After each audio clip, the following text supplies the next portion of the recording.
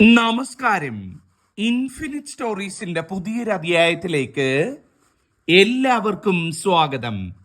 വ്രതങ്ങളിൽ വെച്ച് ഏറ്റവും വലിയ വ്രതമാണ് ഏകാദശി വ്രതം എന്ന് പറയുന്നത്. ആ ഏകാദശി വ്രതങ്ങളിൽ ഏറ്റവും വിശേഷപ്പെട്ടതാണ് വൃശ്ചിക മാസത്തിലെ ഏകാദശി എന്ന് പറയുന്നത്. അതായത് സാക്ഷാൽ ഗുരുവായൂർ ഏകാദശി. നമ്മൾ മലയാളികളെ സംബന്ധിച്ചിടത്തോളം ഏറ്റവും വിശേഷപ്പെട്ട ദിവസമാണ്. സമസ്ത ദേവീ ദേവന്മാരുടെയും സാന്നിധ്യത്തിൽ മലയാള മണ്ണിലേക്ക് സാക്ഷാൽ ശ്രീകൃഷ്ണ ഭഗവാൻ, സാക്ഷാൽ നാരായണൻ അവതരിക്കുന്ന, അല്ലെങ്കിൽ നമ്മളുടെ ഓരോരുത്തരുടെയും വീട്ടിലേക്ക് ഭഗവാൻ കടന്നു വരുന്ന ദിവസമാണ് ഗുരുവായൂർ ഏകാദശി ദിവസം എന്ന് പറയുന്നത്. നിങ്ങൾ ഏകാദശി വ്രതം എടുത്താലും ഇല്ലെങ്കിലും ഞാൻ ഈ പറയുന്ന കാര്യങ്ങൾ വീട്ടിലൊന്ന് ചെയ്യണേ. 3 കാര്യങ്ങൾ പറഞ്ഞു തരാം. ഏതൊരുവനാണോ ഇത് വീട്ടിൽ ചെയ്യുന്നത്, അവരുടെ വീട് എല്ലാ ഐശ്വര്യം കൊണ്ടും രക്ഷപ്പെടുന്നതായിരിക്കും. അത്രയധികം സത്യമുള്ള കാര്യമാണ് ഞാൻ ഇന്ന് പറഞ്ഞു തരുന്നത്. വ്രതം എടുക്കുന്നവര് എന്തൊക്കെ കാര്യങ്ങൾ ചെയ്യണമെന്നുള്ളതും ഈ വീഡിയോയിലൂടെ മനസ്സിലാക്കാം. ആദ്യമായിട്ട് എല്ലാവരും മനസ്സിലാക്കുക, ഗുരുവായൂർ ഏകാദശി എന്ന് പറഞ്ഞു കഴിഞ്ഞാൽ 3 ദിവസമാണ് നമ്മൾ ആചരിക്കുന്നത്. ആദ്യത്തെ ദിവസം ദശമി, രണ്ടാമത്തെ ദിവസം ഏകാദശി, മൂന്നാമത്തെ ദിവസം ദ്വാദശി. ഈ 3 ദിവസങ്ങൾ ചേരുന്നതാണ് ഏകാദശി എന്ന് പറയുന്നത്, അല്ലെങ്കിൽ ഏകാദശി വ്രതകാലം എന്ന് പറയുന്നത്. അതിൽ ദശമി ദിവസമാണ് വ്രതമൊക്കെ ഇരിക്കുന്നവര് വ്രതം ആരംഭിക്കുന്ന ദിവസം. ഏകാദശി ദിവസം വിളക്ക് കത്തിച്ച് തൊഴുന്നതിന് നമ്മൾ ദശമി വിളക്ക് എന്ന് പറയും. ഈ വർഷത്തെ ദശമി വിളക്ക് വരുന്നത് 10-ാം തീയതിയാണ്. 11-ാം തീയതിയാണ് ഏകാദശി എന്ന് പറയുന്നത്. 12-ാം തീയതിയാണ് ദ്വാദശി അഥവാ വ്രതം അവസാനിപ്പിക്കുന്ന, ഏകാദശി പൂർണ്ണമാകുന്ന ദിവസം എന്ന് പറയുന്നത്. അപ്പൊ ദശമി 10-ാം തീയതി, ഏകാദശി 11-ാം തീയതി, ദ്വാദശി 12-ാം തീയതി. ഈ 3 ദിവസമായിട്ട് വേണം നമ്മൾ ഏകാദശിക്ക് വേണ്ടി ഭഗവാനെ പ്രാർത്ഥിക്കാൻ എന്ന് പറയുന്നത്. ഞാൻ പറഞ്ഞല്ലോ, സമസ്ത ദേവീ ദേവന്മാരുടെയും സാന്നിധ്യത്തോടു കൂടിയാണ് ഗുരുവായൂരപ്പൻ നമ്മളെ കാണാൻ വരുന്നത്. അപ്പം ഭഗവാൻ വരുമ്പം നമ്മൾ എന്ത് കാര്യം പറഞ്ഞാലും, നമ്മൾ ഏത് കാര്യം ഭഗവാനോട് ആവശ്യപ്പെട്ടാലും ഭഗവാൻ അത് നമുക്ക് നടത്തിത്തരും. കാരണം എല്ലാ ദേവീ ദേവന്മാരും ഭഗവാനൊപ്പം നിൽക്കുക. എന്ത് പ്രശ്നം പറഞ്ഞാലും നമുക്ക് ഉടനടി പരിഹാരം കിട്ടുമെന്നാണ് പറയുന്നത്. ഒരുപാട് ആളുകൾ ജീവിതത്തിലെ സ്വപ്ന തുല്യമായിട്ടുള്ള നേട്ടങ്ങൾ ഈ ഗുരുവായൂർ ഏകാദശി ദിവസം ഭഗവാനോട് പ്രാർത്ഥിച്ച് നേടിയിട്ടുണ്ട്. എൻ്റെ അനുഭവത്തിലൊക്കെ ഒരുപാട് പേരെ അറിയാം. ഗുരുവായൂർ ഏകാദശി ദിവസം വിളക്ക് തെളിയിച്ച് നിങ്ങൾ ഭഗവാനോട് ഞാൻ ഈ പറയുന്ന കണക്ക് ഏത് കാര്യം പറഞ്ഞാലും അത് നടന്നു കിട്ടുമെന്നാണ് സങ്കല്പം.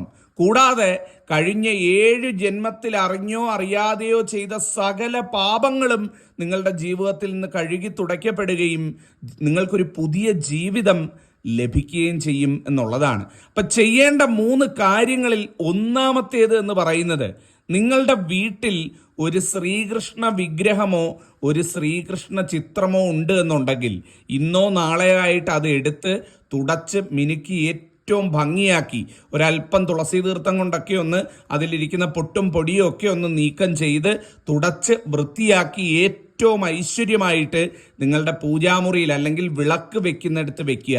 നമ്മൾ വിഷുവിനൊക്കെ എങ്ങനെയാ ഒരു ശ്രീകൃഷ്ണ വിഗ്രഹം ഒരുക്കി കണി കാണാനായിട്ട് വെക്കുന്ന, അതുപോലെ നിലവിളക്കിൻ്റെ അടുത്തായിട്ട് ആ ശ്രീകൃഷ്ണ വിഗ്രഹം വെക്കുക.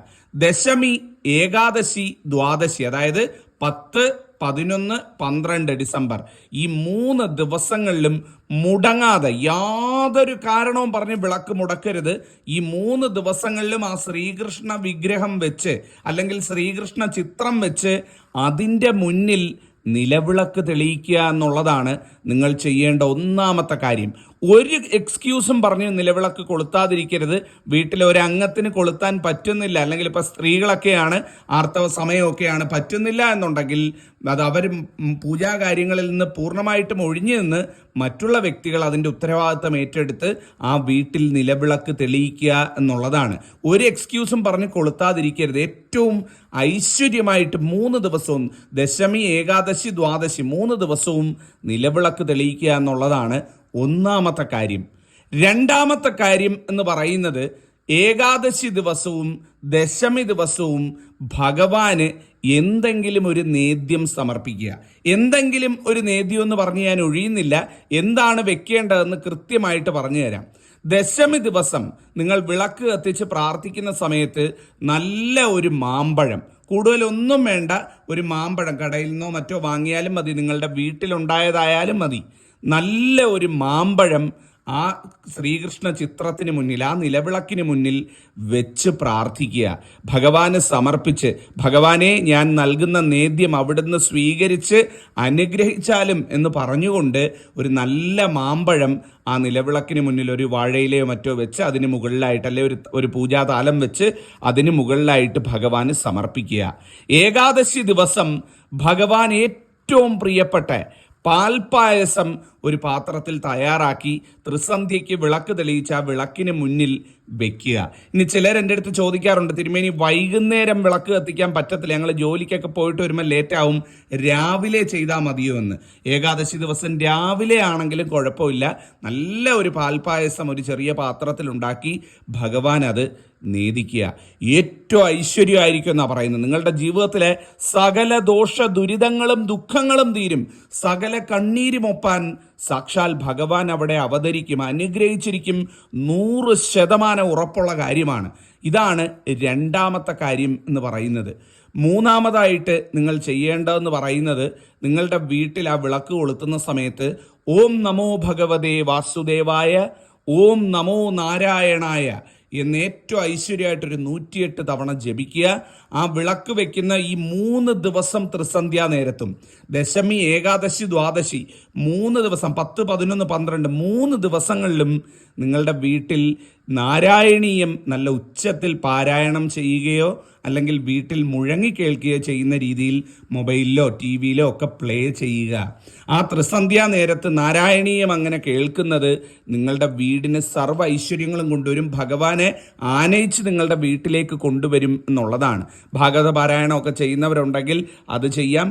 മറ്റ് ഈശ്വര ചിന്തകൾ പരമായിട്ടുള്ള നാമങ്ങളും കീർത്തനങ്ങളും ഗീതങ്ങളും ഒക്കെ കേൾക്കണമെങ്കിൽ ആ ത്രിസന്ധിക്ക് പ്രത്യേകിച്ചും നാരായണീയം നല്ല മുഴങ്ങി കേൾക്കുക. വീട്ടിൽ ഐശ്വര്യമായിരിക്കും ഫലം എന്ന് പറയുന്നത്. ഇനി വ്രതം എടുക്കുന്നവരാണ് എന്നുണ്ടെങ്കിൽ നിങ്ങൾ ദശമി ദിവസം, അതായത് ഡിസംബർ 10 തന്നെ മത്സ്യമാംസാദികള്, ലഹരി പദാർത്ഥങ്ങള്, മറ്റു കാര്യങ്ങളെല്ലാം ഒഴിവാക്കി വ്രതത്തിലേക്ക് പ്രവേശിക്കാൻ മനസ്സും ശരീരവും ഒരുങ്ങേണ്ടതാണ്.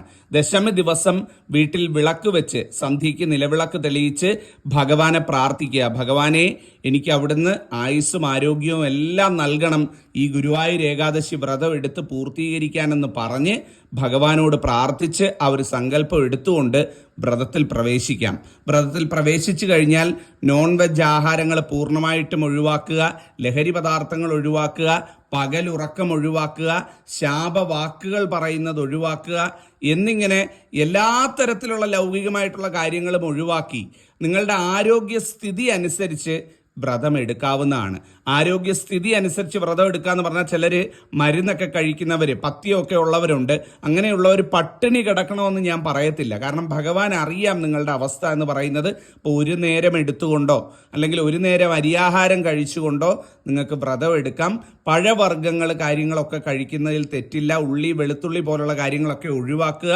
എല്ലാം ഒഴിവാക്കിക്കൊണ്ട് ഈശ്വര ചിന്തയിൽ മുഴുകി, നാമജപത്തിൽ മുഴുകി, ഈശ്വര സന്ദർശനങ്ങളിൽ, ക്ഷേത്ര സന്ദർശനങ്ങളിൽ മുഴുകിക്കൊണ്ട് ഏകാദശി ദിവസം വ്രതം പൂർണ്ണമായിട്ടും എടുക്കാവുന്നതാണ്. ഞാൻ പറയുന്നു, വ്രതം എടുക്കുക എന്ന് പറയുന്ന, വീണ്ടും ഓർമ്മിപ്പിക്കുന്നു, പട്ടിണി കിടക്കുകയല്ല, ആ ഒരു ജലപാനങ്ങൾ പൂർണ്ണമായിട്ട് ഒഴിവാക്കുകയല്ല. നിങ്ങളുടെ ആരോഗ്യസ്ഥിതി അനുസരിച്ച് നിങ്ങൾക്ക് പഴവർഗ്ഗങ്ങളോ അല്ലെങ്കിൽ നിങ്ങൾക്ക് ശാരീരികമായിട്ടുള്ള ബുദ്ധിമുട്ടുണ്ടാകാത്ത രീതിയിൽ വേണം വ്രതം എടുക്കാനെന്ന് പറയുന്നത്. ഭഗവാനും അത് തന്നെയാണ് ഏറ്റവും ഇഷ്ടപ്പെട്ടത്, ഭഗവാനും അത് തന്നെയാണ് പറയുന്നത്. അല്ലാതെ പട്ടിണി കിടക്കുന്നതിനെ അല്ല വ്രതമെടുക്കൽ എന്ന് പറയുന്നത്. ചെയ്തുകൊണ്ട് അരിയാഹാരം പൂർണ്ണമായിട്ട് ഉപേക്ഷിക്കുക. വയ്യാത്തവർ, മരുന്ന് കഴിക്കുന്നവരുണ്ടെങ്കിൽ മാത്രം ഒരു നേരം അരിയാഹാരം കഴിക്കുക.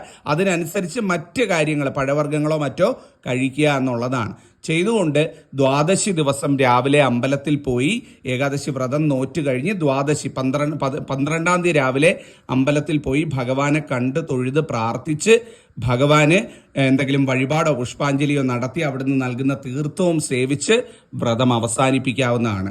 ഈ ഒരു രീതിയിൽ വേണം വ്രതം എടുക്കാൻ എന്ന് പറയുന്നത്. ഏറ്റവും ഐശ്വര്യമുള്ള കാര്യമായിരിക്കും നിങ്ങൾക്ക് വന്നു ചേരുന്നത്. അപ്പം എല്ലാവരും വ്രതം എടുക്കുക. ജഗദീശ്വരനെ അനുഗ്രഹിക്കട്ടെ, നന്നായി വരട്ടെ. ഈ ഒരു ഗുരുവായൂർ ഏകാദശി സൗഭാഗ്യത്തിൻ്റെതായി തീരട്ടെ. നന്ദി, നമസ്കാരം.